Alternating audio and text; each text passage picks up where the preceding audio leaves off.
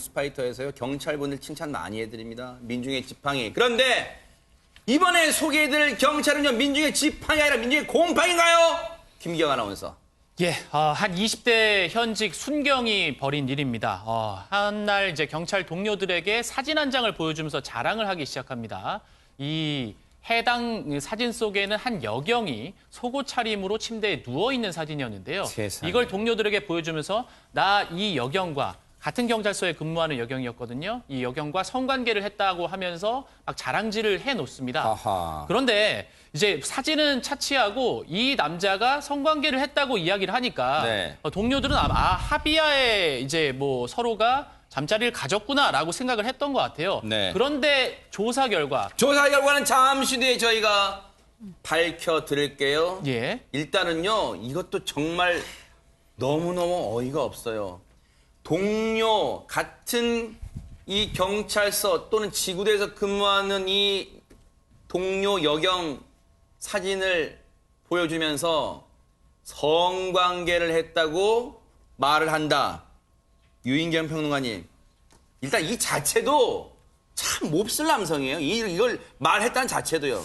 제가 뭐 여성이어서 그 남성을 폄하하려고 그런 건 아니지만 기본적으로 남성들은 그 김정훈 문화심리학자에 따르면 BNG라고 합니다.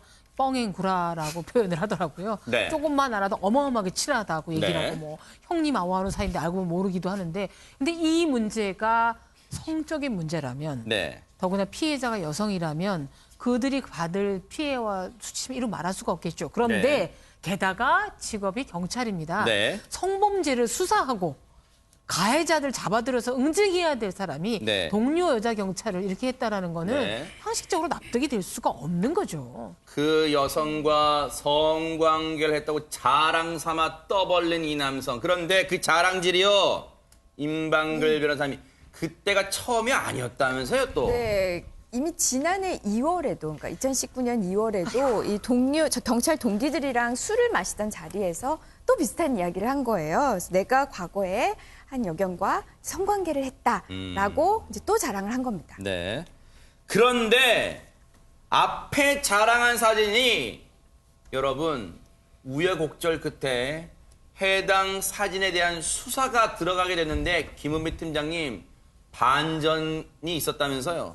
그렇습니다. 2018년 8월경에 아마 참 말도 안 되는 얘기인데 법을 집행하는 경찰관이 여경을 성폭행을 했다고 그래요. 그리고 나서 10개월 후에 그 경찰서 가면 여경 휴게실이 따로 있거든요. 네. 휴게실도 있고 아마 그 잠을 자는 거를 그 경찰관이 몰래 네. 그걸 찍은 것 같아요. 그러니까 숙박시설이 아니고 휴게실에서 잠자는 여경의 속옷 사진을 몰래 찍은 거예요. 제가 보기에는 참 창피합니다. 왜냐하면은 네. 법을 집행을 하고 또 경찰관 시험 보기 위해서는 인성검사도 하는데 어떻게 이런 경찰관이 인성검사를 통과를 해서 그 어려운 시험에 붙었는지 네. 도저히 이해가 안 가요. 그 사진을 찍은 게요. 몰래 찍었는데요. 더 기가 찬 게요. 성폭행을 이미 그 여성 경찰을 성폭행을 한 뒤였답니다. 그리고 그 이후에 상당 시간이 지난 뒤에 숙직 공간에서 몰래 사진을 찍었다는 거예요. 그래서 그 사진을 보여주면서 자랑질을 했다는 거예요.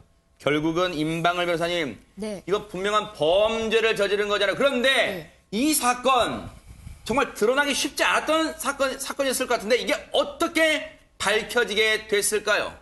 소문 때문인데요. 아하. 작년 10월에 이런 소문이 퍼집니다.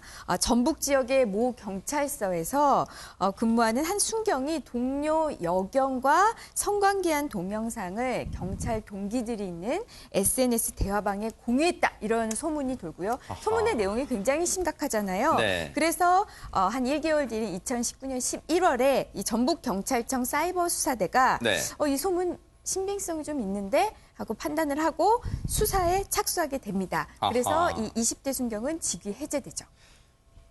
성폭행 당한 것도 불안하고 공포에 떨고 수치심이 일었을 텐데 그 영상이 있었다는 말까지 들으면 이 소문이 강성신 변호사님이 해당 피해 여경한테도 들어갔을 거 아닙니까? 네, 그렇죠. 그리고 이 피해자는 극도의 불안감을 호소하고 있다라고 합니다. 혹자는 이렇게 뭐 질문하실 수도 있을 것 같아요. 그러면 그때 당시 뭐 수년이 지났지만 왜 그때 당시에 이런 사실을 뭐 고소하거나 혹은 뭐 자신이 일하는 곳에 얘기를 하지 않았냐, 문제를 제기하지 않았냐, 네. 문제를 삼지 않았냐라고 하는데 저는 개인적으로 이렇게 생각을 해요. 물론 뭐 심지어 강간에까지 이르지 않은 경미한 성범죄라도요.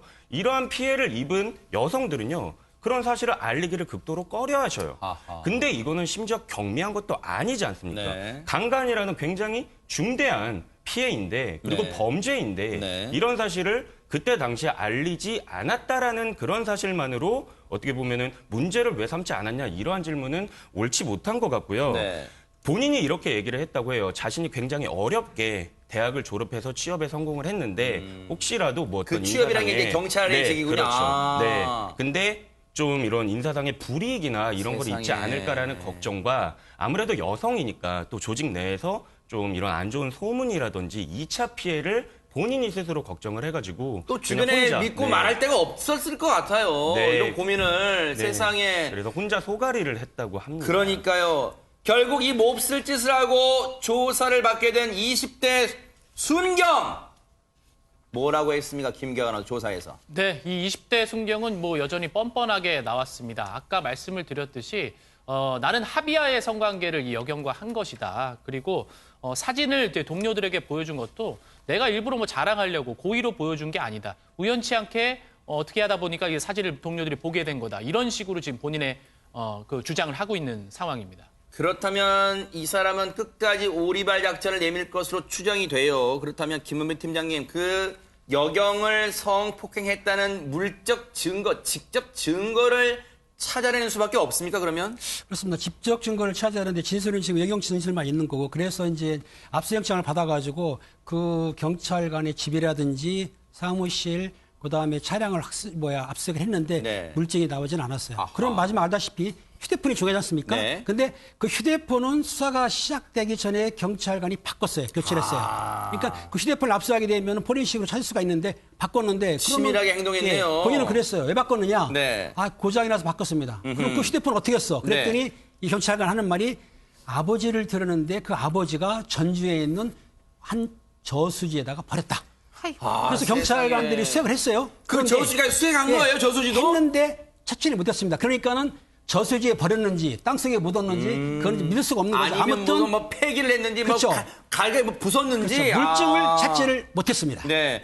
그렇다 하더라도 대한민국이 반드시 정의가 살아있다면 임방글 변호사님, 네. 직접적인 물증이 없어도 이런 정말 인간 이하의 이 사건은 반드시 처벌해야 되는 거 아닙니까?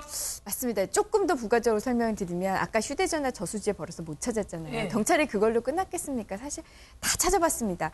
우선 이 순경의 뭐 컴퓨터, 노트북, 그리고 새로 바뀐 전화기, 아하. 또 이 순경과 같이 대화를 나눴던 그 경찰 동기의 전화기까지 다 디지털 포렌식으로 찾아봤는데 안 나왔어요. 뿐만 아니라 네. 이 또 그 클라우드 서버 있잖아요. 네. 그 보관해 놓는 거 거기까지 주전돼도 안 나왔거든요. 그래서 네. 사실 물증은 사실 없습니다. 이 부분과 관련해서 네. 이 영상이나 사진을 보여준 부분과 관련해서요. 하지만 지금 이 순경이 본인의 범죄 일부를 인정을 하고 있고요. 사실 내가 이렇게 보여줬다라는 걸 인정하고 있고요. 여기 자백에 더해져서 그 사진을 본 또 이 경찰 동기들이 나 그런 사진 본 적 있습니다라고 또 이야기를 하고 있어요. 네. 그래서 지금 혐의를 입증하는 데는 문제가 없다고 판단을 하고 경찰이 네. 이제 기소 의견으로 검찰에 송치를 했다고 합니다. 정말로 이런 사람이 경찰에 입문했다는 게 자체가 경찰의 수치일 거예요, 진짜. 그런데 여기서 또 하나 궁금한 게 있습니다. 강성신 변호사님. 그런 아들의 부탁을 아무런 의심 없이 글쎄요.